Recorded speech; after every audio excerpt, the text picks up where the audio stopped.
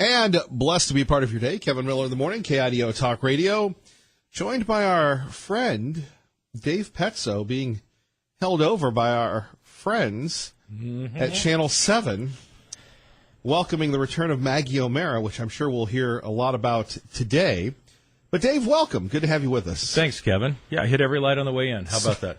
Sorry to stress you out there on your way in. We so appreciate you being here. Now, how many years have you been here at KIDO Talk Radio? Oh, gosh, 35, I think. 35 years. Yeah. So, obviously, people know you from your relationship with John and Chris. Right. Now, do you remember who was before them? They were so good. I mean, can you go back in the Dave Petzo Financial Petzo Center time machine and go back to when you were a much younger Dave Petzo? Yeah. And you probably had somebody who was much more grizzled on the other side of the microphone here. And do you remember who was before John and Chris that you worked with? No, I don't, because I never worked with them. I did Saturday. Yeah. That's the tribute of a great show, is you can't remember anything before them, really. Right. Yeah. No, as far as being on in the mornings with John and Chris, that was, and John came to the station probably about 6 months or a year after I did. So, really? Yeah, and all I was doing was a Saturday program, and I was never on during the week at all. Really? So I don't remember who it was. I see. No, it was a station, Kevin. The KIDO was a station then that was in complete disarray. There was nothing going on. Well, nothing changes, really. Right. Nothing really changes. It was not a highly rated station, and John and Chris did a great job really pulling listeners in all the way around. So yeah. Well, but that was the day. It was one of the original Rush stations. Yep, it was. So I'm sure it did okay back then, and then you had that great morning show with Rush Limbaugh. So there you have it. Now, again, I'm going to get the memo that I'm off topic with Dave Petzo, but I choose to be a victim. Dave Petzo made me do it. So the big topic today is Sears. Yeah. Okay, you and I, we grew up in a different era. Sears, Montgomery Ward, J.C. Penney's. It would happen about this time of year where we would get the Christmas book. Yep. And if you don't know what that is, it's like going to Amazon, except you had it in a big book, and you would haul it around, and you would look at the photos and everything else and figure out what you wanted for Christmas. So let's talk a little bit about Sears. What's going on? It's been on its way out for a long time now, and unfortunately, they really Eddie Lampert, who is a hedge fund manager, a financier, bought Sears. His hedge fund did a number of years ago now, something like 12 years ago, to try to change. Thought there was good value there, but they never really had reinvested in the brand at all. All they did was cut costs, and cutting costs is fine, but they weren't increasing sales. They were decreasing sales every single quarter, and so eventually this is completely run out. But it's the understanding of Wall Street that Lampert set this thing up so that no matter what happens, they're going to do fine, which is really kind of disgusting. It's a lot of jobs. It's a lot of, if you will, a lot of people are who own the stock outside of Lampert and his group were really hurt by this. So it's amazing, but the company has been run down into nothing, and they have no way they can compete. They've sold off all their brands like Craftsman. Kenmore, and now they just don't have anything left, and it's just gone. And, they were very smart early on because they came out with a Discover card. They took on the credit card companies. It was did. really the first reward card. It came Discover. from Sears, yeah. Really something. Allstate Insurance was their invention. They came up with Allstate. They had owned Dean Witter at one time. So they were quite, they had some amazing, they had an amazing run. Well, what do you think is going to happen to them? They're going to close the stores? Yeah, they're going to go bye-bye. Yeah. So, and by the way, if you have a question about your money, 580-5436, 580-KIDO. If you're going to do that, then why not bail out Sears the way we bailed out GM? I can remember the last days of the General Motors stock, where it was the Cadillac of stocks, it was called. And all of a sudden, boom, it was gone, like $1, $2 for GM shares before they went under. Why not bail out Sears? That's a fair question. Why did they pick winners? And that's why the government shouldn't pick winners, because it really is a question of corporate welfare. Then we buy votes from auto workers, but we don't from Sears workers. Right. Now, I don't think that it's quite the same. I get that we're talking about the supply chain. We're talking about a lot more jobs, and retailing is always ever changing. Yeah.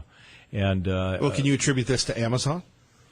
Did Amazon partly kill Sears? and poor management, because other companies are doing okay. They're not doing great. Retailing is changing right before our eyes, and the answer is yes, it is partly because of that. But I don't think Sears was competing very well 10 years ago when Amazon was not doing what it's doing today. So they were shrinking the company 10 years ago, Kevin. Dave Petzo joining us, the Petzo Center, Petzo Financial. Not a good week for you last week. No, that's why I left. How'd you enjoy the Broncos game? Yeah, the Broncos game was really good. It was really good. I enjoyed that very much. It was. It's always weird because did you it's so enjoy late the Broncos game or did you enjoy Reno? Both. Okay. Yeah, Just I checking. thought the game was pretty good. Obviously it's disappointing when they're 17-point favorite to try to lose the game. Right. But without that 100-yard interception return, We'd be in trouble. we would be in trouble. So back to it. So you were fleeing town because of the Broncos, because of the markets, and we appreciate you joining us on Friday about this. So back to the Fed raising rates, Trump, the president, getting upset. Yep. Where are we?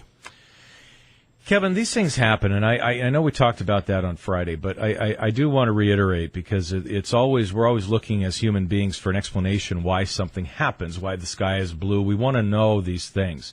And so what happens is market does something, and then if you will, the reporters, they turn around and they go, what caused that? And everybody goes, well, and they look for some news item rather than it was clearly caused by X. Markets do things, and they do things every day, and that have nothing to do with interest rates or things like that. We have to remember that over half the trading now is done by robots, right? High frequency traders that have no idea what the fundamentals are of a company. They're not buying to hold stocks. Warren Buffett the Warren Buffetts of the world do not make the market move on a day-to-day basis. These robots do. And when we get volatility back in, they don't care if it's on the upside or the downside, and they do tend to move markets. So I think it's nothing. Fundamentals are strong. We're now getting into earnings season, so I look for us to focus on things different, meaning corporations that are killing it, and they are. They're really doing well out there. Maybe they'll be in the headline news now instead of wondering about interest rates. Yeah, but on the other hand, shouldn't corporations be rewarding the workers that make that happen? I think a lot of the frustration people have is you'll have these market reports, hey, we beat all these expectations. Yeah. Hey, how about a matching 401k? Or how about a raise? You take a look at politically, and the living wage has not gone up for workers many, many years. Well, Elizabeth Warren, you're sounding a little bit, a little on the left there, Kevin. Hold on. By the way, at 580-5436, 580-KIDO, who thinks I'm sounding like Elizabeth Warren, or who agrees with me or Dave Petzo? I'm willing to throw that out to folks, but it is true. Is it not? It is, and greedy corporations make a lot of money, and Elizabeth Warren and and they're I supposed to. Elizabeth Warren and I are mad about it, along with my new best friend Bernie Sanders. That's right. Well, the three of you are going to be out there picketing, I'm sure, because recently Elizabeth Warren came out and said that she thinks that corporations have more than shareholders. They have the stakeholders of employees, and they need to be answered to, too. Wow, that's going to be quite a dangerous little thing to open up. The job market is very strong, Kevin, and people are free to move and go to whatever businesses treat them well. I think which is a terrific thing. And I do think the corporations have been doing a great job. And when we talk about the living wage, let's not forget, when we are talking about that, bonuses are not included in that. So wages have been going up a lot more when we include bonuses. All those $1,000 bonuses that went to low-level employees when the tax cuts went in, that wasn't counted. But when we take into effect the wages, plus the number of hours worked, we're well over 5% growth rate, not including the bonuses. So when, and I was playing golf with some buddies here about 2 weeks ago, and the same conversation came up. Did you call them Elizabeth Warren? I did. No, it was a little bit different conversation, but how come the wages aren't going higher was the question. And I said, they actually are. Let me give an example. Do you get a bonus every year? Yes. Guess what? That's not counted. Right. Yeah, exactly. But this fellow did get a bonus, Kevin. So anyway, many employers pay with a bonus as well. That does not get counted into wage increases, which is disappointing because it makes for nothing more than a political argument. Instead, But you would agree that there are some corporations, though, they just take the money. They are. And say you should be lucky that you have a job. Correct. And some of them do, and that's not working very well because we're really at full employment, Kevin. But Dave Petzo, getting back to this, though, the president seems to think the Fed is wrong and openly said that to him. And you have a lot of people like myself thinking they're trying to tank the economy right before the midterms. Yeah, I don't think they're trying to tank the economy, and this is the first upset we've had in the market. Rates have risen for 2 years. That's why I don't think it's interest rates. I really don't think it is. That's what, again, we always have to figure out what's the cause of this. And for 2 years, it wasn't the cause. The market's been going up, and now all of a sudden we roll out of bed one day and go, oh, it's interest rates. I don't agree. I don't think it is interest rates. But the not the free money, but the affordable money is going away. The virtually free money is, and that part's good, and that's because the economy is so good, Kevin. The interest rates should rise as the economy is rising. Won't that impact home buying? Won't that impact car sales? Absolutely. It most certainly will. And the economy is doing well. So will it impact it? We hope so. Otherwise, we have no way of tamping the brakes on any economy. More coming up. We're not tapping the brakes. We're going to hit the accelerator. That's right. Elizabeth Warren, Kevin Miller here, along with my friend, conservative Dave Petzo. We'd love to hear from you next, 580-5436, 580-KIDO. Dave Petzo joining us here. Let's go to the phones, and we look forward to hearing what you have to say to Dave Petzo, and so do I. Let's go to Hank in Boise. Hank, good morning. You're on KIDO Talk Radio. Good morning, Hank. Good morning. I might point out in the past, though, that interest rates sometimes become too much of a dogma for the Federal Reserve. And the most classic case of that was after the death of Chairman Benjamin Strong in the 1920s, the Federal Reserve became obsessed about interest rates. And one of the principal reasons why the Depression became such a disaster was that the price of money was much too high. They were keeping the interest rates even higher than even for the purposes of the gold requirement that they had at that time. Mm-hmm. And a lot of the blame for the Depression, a lot of it lays on, I think, on the doorstep of the Federal Reserve. And the other thing I was going to point out real quick, in the history of corporations, you'll have... Well, Hank, do you agree with Dave Petzo or what? I think he may have a point here. But my own instincts about it is interest rates needed to go up, but not quite as fast as they did. I don't think it's realistic. I mean, the Obama thing, they were practically giving money away. I mean, zero interest rates, and that was not good for a number of segments of the economy. They needed to bring them up. My only question about it is, in my perspective, I'm far from being an expert, I think that they brought them up too fast. I think that they do need to bring them up, but not at the speed that the Federal Reserve is doing it at. Well, let's talk to Dave Petzo about that. Dave, do you agree with Hank's assessment? I don't. I realize. Do you disagree with Hank? I know. It's sorry, terrible. Hank. They've raised rates now for 2.5 years, and so we're really not jumping them fast. And every single one has been telegraphed, and we've had 3 or 4 rate increases only in a year, and they've telegraphed them, and they've only raised them by 1/4 of a point. No half points like we used to do in the old days. So I think it's been very measured at this point. We are getting to an inflection point, which is maybe what Hank's saying. I don't know for sure. But an inflection point where rates are high enough to begin impacting people's asset selection, meaning, hey, maybe bonds are starting to look more attractive than stocks. And that's the kind of thing that people are debating now, is how high do interest rates go before they really do impact. But the speed of this has been very controlled, in my opinion. and very telegraphed by the Federal Reserve and the markets. It's been very, very orderly. Okay. I might point out, the other thing I was going to comment is the General Motors is a classic example where management can affect it, where William Durant, who was the founder, practically ran the company to the ground, and Alfred Sloan basically made General Motors the biggest industrial corporation in the world by bringing modern methods. And then when Sloan left, their management kind of drifted and went to pot, much like Sears. And it seems to me that the biggest fault in corporations is when the people who are CEOs or chairmen do not have skin in the games personally.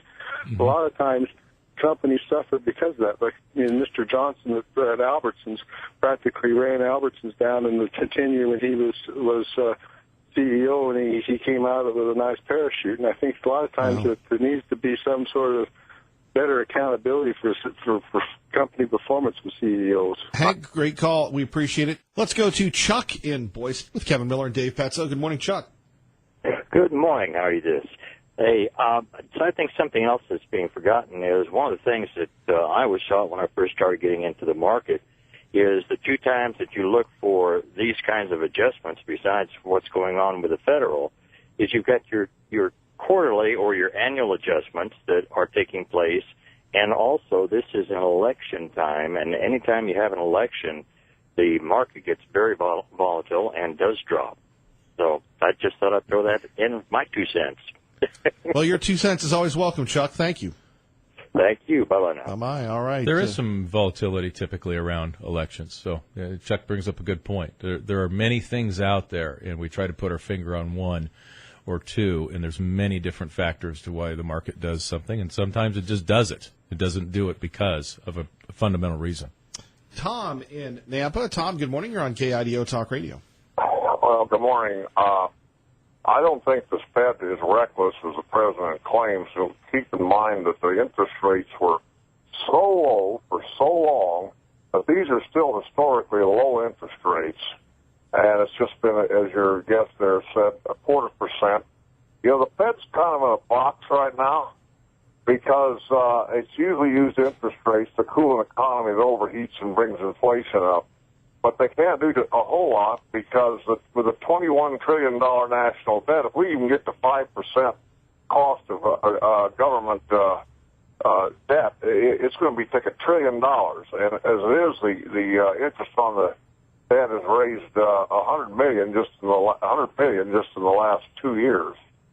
They were kept unrealistically low under Obama, and so the rates the debt doubled, but the actual interest costs went down because they were next to zero on short-term T-bills. So I think the one that's really out of control is the fiscal policy of the executive and legislative branches, because to pass a tax cut, when you got a deficit as high as it is, the deficit is widened, not shrunk, as the economy has grown. If anything, if they left it the way it was, a deficit would be down to about $300 billion now. Instead, it's up to $900 as opposed to $600 when he came in office. So nobody's worried about the debt, but one of these days it's going to get us because we're going to have high inflation. And then what's the Fed going to do to be able to control that? Well, let's throw that out to Dave Petzo. I've been talking to him for years about the debt and the deficit. He calls me Elizabeth Warren. Well, no, where are your deficit hawks in the Republican Party? Yeah, where's your deficit hawks, Dave Petzo? I would agree with that. They do seem to have gotten quiet. There's no doubt about that. No doubt about it. Look, we had a circumstance that I think that is a little bit unfair on this tax cut. We absolutely had to get some corporate tax reform. It was not a question of, maybe we could do this or do this. We had to change things after 30 years of jobs literally leaving the country because we encouraged them to leave. You would have been a fool to put your factory in the United States. Now we are competitive. We're not that low. We're not super low. We don't have to be. But we're the energy capital of the world. We have rule of law. We just have to be competitive here. And they are now. Now, how do you get corporate tax reform? you also have to have goodies for other people in there, or that's just not the political reality. I heard an economist here with J.P. Morgan was babbling about how, we needed corporate reform. He hates Trump, so that just made it real easy for him to poo-poo the whole tax thing. But the reality is you do not just simply say to Americans, we have this wonderful new corporate tax return, and there's nothing in the bill for you. So I think the political realities are there, and I also think it's disingenuous it's okay for Obama to literally in 8 years double the amount of debt that in the country, but we can't do a few $100 billion trying to get the economy up and going. Tom, thank you for the call. Dave Petzo, we appreciate you. Thank you. Am I out of here? Is that my cue? Yep. That's the loop around my neck. Out I go. Yes. What were those things called? Do you remember that? We call it a hook. Hook. That's right. Give him the hook. So I'm getting hooked. All right. Dave Petzo, we appreciate you. Don't forget Money Matters 8 to 10 on Saturdays right here, KIDO Talk Radio. Good morning, Maggie. Good morning, Kevin. KIDO Talk Radio, Kevin Miller in the morning. To Jeff Manasso to talk about cars. Good morning, Jeff. Hey, good morning, Kevin. Good to have you with us. The Fox Wheel segment on KIDO Talk Radio from our friends at Fox News. Your home for Fox News right here on 107.5 FM, 580 AM. So what's the latest in cars?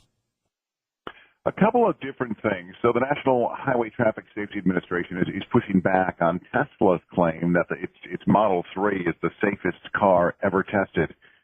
The Tesla 3 electric sedan issued the NHTSA's top 5 safety rating last month, scoring top marks in all categories, crash test rollovers, prompting Tesla and its PR folks to release an analysis of the crash test data that it says shows the Model 3 has the lowest probability of injury of any car, with the Tesla Model S and the Model X ranked second and third.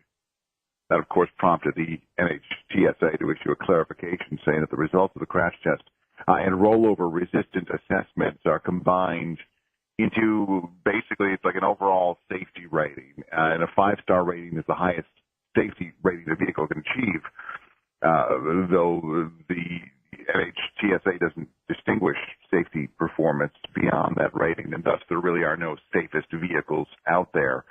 By the way, among those who received the same ratings as the Model 3, it's the Honda Civic and the Toyota Camry. Meantime, the Insurance Institute for Highway Safety has also yet to release its crash test results for the Model 3 as well. Well, safety is a big concern. Do you have a lot of Teslas where you are?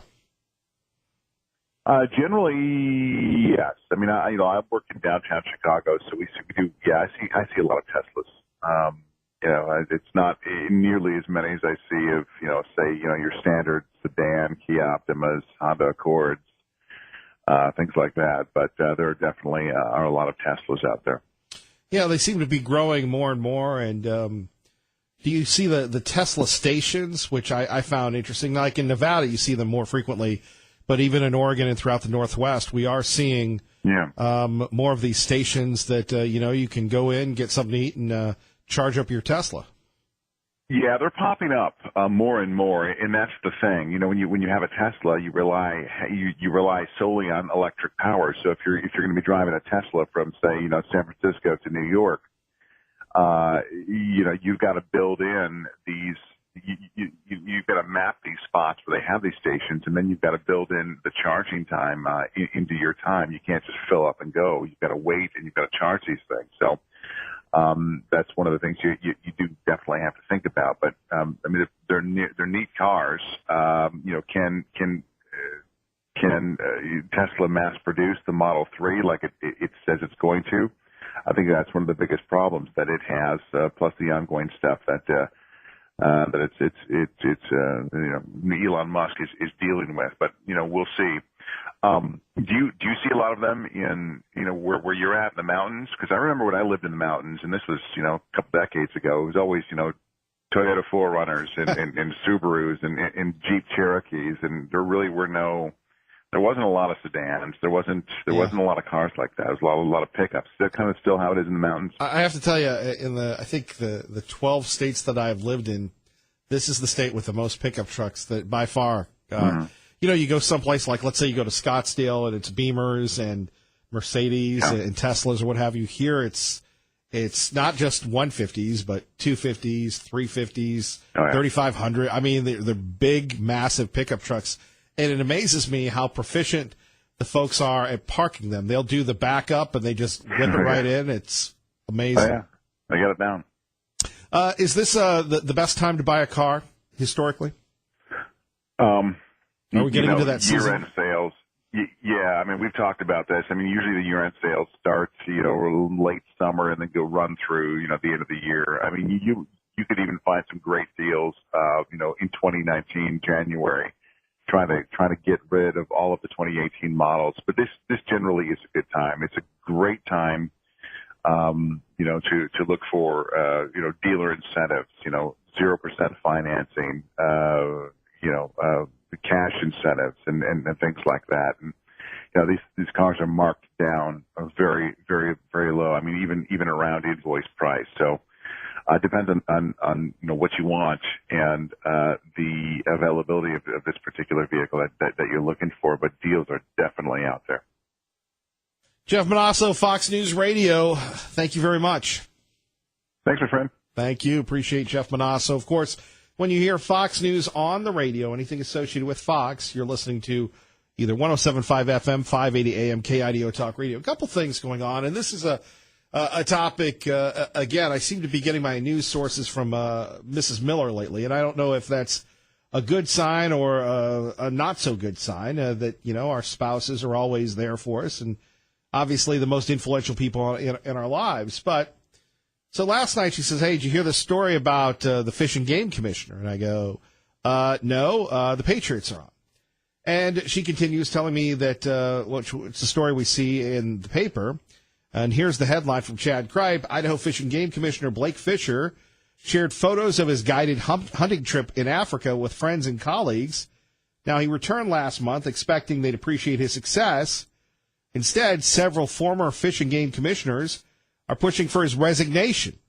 Now, I'm sure since we're talking about it, everybody else will talk about it. That's the advantage of having a morning talk show. So the photo is this. It's a photo of him in front of a family of dead baboons that Fisher shot with a recurved bow, prompting the outrage.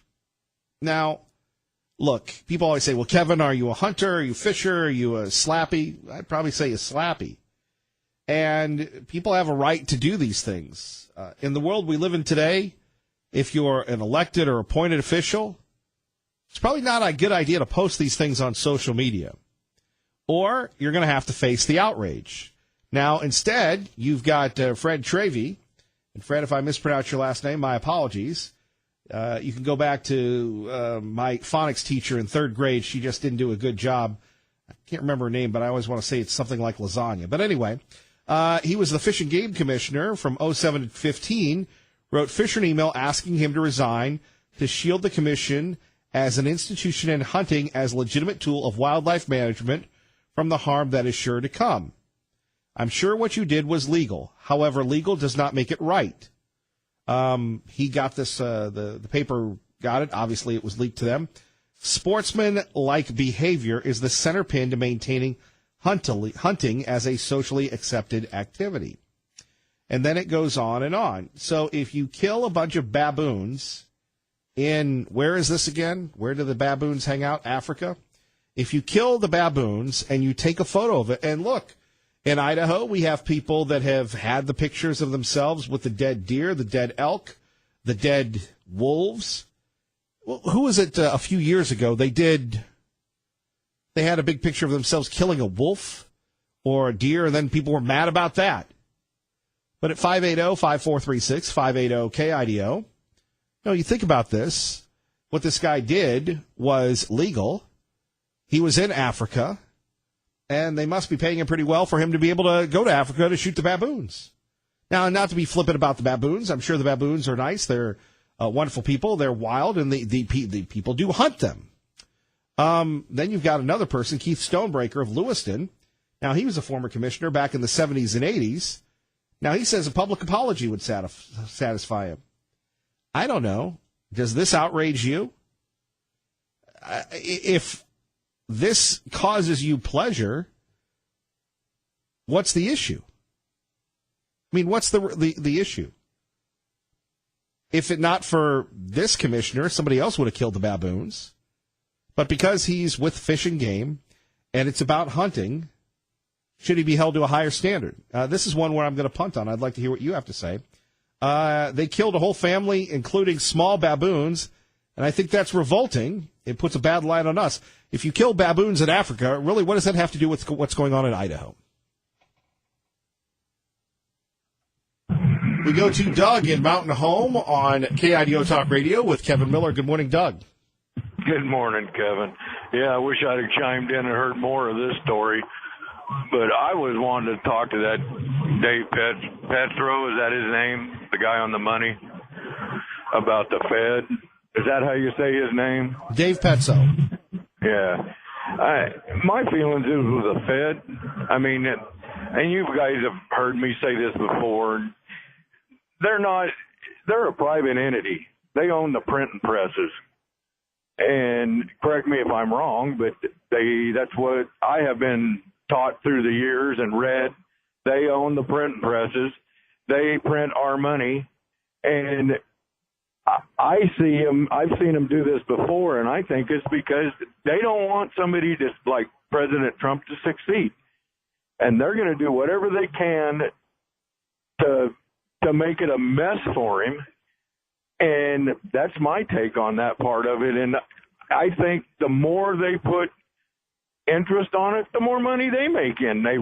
And they're raking it in anyway because it don't cost them nothing to print that freaking paper crap money that we have. You know? So I think they're just trying to destroy the president. Yeah, so do I. I really do. You know? So people wake up on this thing. I mean, we should be having our own printing presses. I don't know if we'll ever be able to get away from that in the Fed, but may I ask you a question? What's going on with this thing with the baboons? Because I can tell you a little bit. I hunt. That's all I've done all my life, Kevin, is hunt and trap. I've killed wolves since they gave us a season. They all need controlled, and I know a little bit about them baboons over there. I've never hunted them, never been over there, but I know guys that have. They are a vermin. They are like prairie dogs to us over there, the farmers. I mean, they are an absolute vermin. So you're saying the baboons are a menace? Yes, absolutely. The crops around the fields, just like what we have with problems with rock chucks, all that crap is vermin. But I don't care what you're going to say. I don't know what this is about. You're saying some commissioner killed them or was a commissioner and put it on social media. He posted a photo and basically said he didn't do anything wrong. Blake Fisher, he's been appointed by the governor. It's an unpaid position. He's with the Fish and Game. He's a commissioner, one of 4 appointed. He's there till 2022. Has to be reconfirmed by the Senate in 2019. He said he didn't do anything illegal, didn't do anything unethical, and now you have people that say he's got to go because he killed the baboons. Oh, yeah, that's because they're a bunch of lettuce heads. I'm telling you, the ones that are calling in and saying he's got to go are lettuce heads. I mean, he shot a vermin. I'd love to go over there and shoot a whole bunch of them. I mean, they are absolutely vermin, period. If you talk to anybody that lives in South Africa or wherever he was at, they hate him. They want him gone. They are just a freaking piece of garbage and vermin, just like these little whistle pigs are. It's just like, and you got lettuce heads calling in there. I don't care what people do to shoot or hunt. You're going to have lettuce heads calling in, bunny huggers that don't want nothing shot until something happens to them. And then it's like, well, or their dog gets ate by a coyote. That's a good one, Doug. I got to run to Panama City, Florida. Our great friend Rob Williams joins us on KIDO Talk Radio. Good morning, sir. Kevin, no baboons here. I'll let you know that right up front. We appreciate that. You know, we've been watching the national news, whether it's Mexican Beach, Mexico City, Panama City. The recovery continues. What's it like to be at the epicenter? Recovery, I'm going to use a very small R on that, Kevin. This was absolutely a chainsaw, buzzsaw, tornado, and flash flood all wrapped up in one, the number of buildings damaged would blow your mind. And the amount of damage can vary from neighborhood to neighborhood or just across the street. That guy lost 3 shingles. That guy lost his roof 30, 40 yards away. That's the vagary of a hurricane. President Trump and the First Lady probably in the air right now. Will be down here. I guess they're landing over at Eglin Air Force Base in Fort Walton in about 90 minutes. Jump on a helicopter, come east. That's the closest base where they can land, and that's still 65 miles away. That's as close as they can get because of the damage down here. These 2 senators from Florida, Rubio and Nelson, already screaming about losing an air base, Tyndall, and they're not going to let that happen. It's a small base, 3,500 people, but they don't want to let that go. They'll spend $1 billion or more to get this built back, and I'm not really sure for what reason. The aid is rolling in.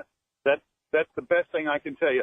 Kevin, I want you to imagine every Kiwanis, Elks, Rotary group, a lot of the churches, car dealerships, radio stations, TV stations, everybody pitching in. They're all doing their own thing, but the idea is to get help down the road to the neighbors.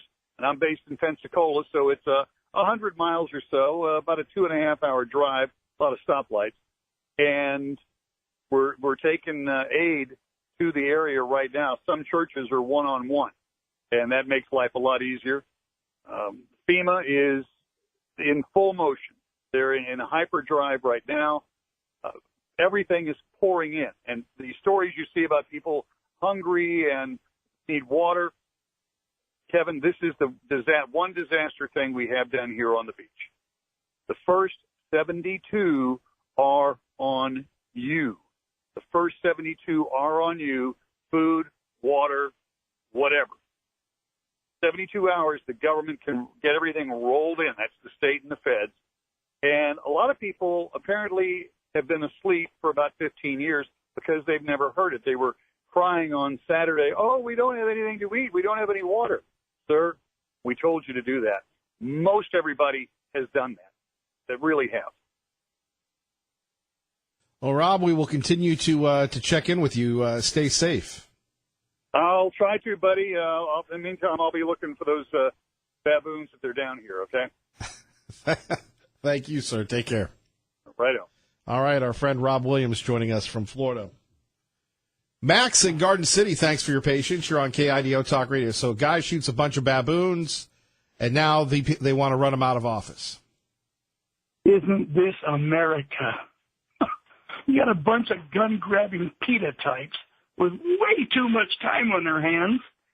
Oh, my goodness, he shot a baby bunny. Throw him out. He's a killer.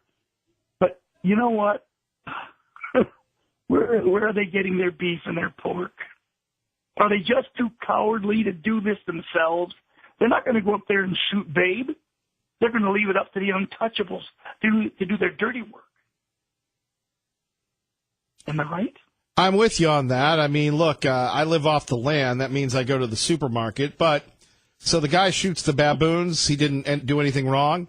Now you got a pro-hunting group saying, hunters have to be sensitive to non-hunters. And really, what's the value of taking photos with a bunch of dead baboons? And hunting groups are doing this, right? This tells me that, good grief, that means the guy out there hunting in the woods with you. How do you justify this? Oh, I've got to understand that people who don't hunt have feelings too. Hey, if you ate a Big Mac yesterday, you have no feelings. They have too much time on their hands. They're whining about something. This is the whine of the day. I think the gentleman should be commended for standing his ground. I really do. I don't see any reason why are they going to start condemning all of the deer hunters and whistle pig shooters? Or I hunt bears. I love hunting bear. Boy, I ought to post a picture of that with me with a 400-pounder on YouTube. That'd get attention. It would. Max, thank you for the call. Appreciate you. You're listening to Kevin Miller on KIDO Talk Radio. Kevin Miller in the morning, by the way, brought to you by Pacific Office Automation, now in Boise. Pacific Office Automation Problem solved. Check them out today, pacificoffice.com, another sponsor of promoting our schools, securing our future. Want to remind you, coming up this week, Wednesday, 7:35, Bill O'Reilly will join us. That's right. The one, the only. Who's looking out for you? Bill O'Reilly will join us to discuss the state of the midterms, Donald Trump, and his new book, Killing the SS. All that more this week. Kevin Miller, KIDO Talk Radio. Good morning.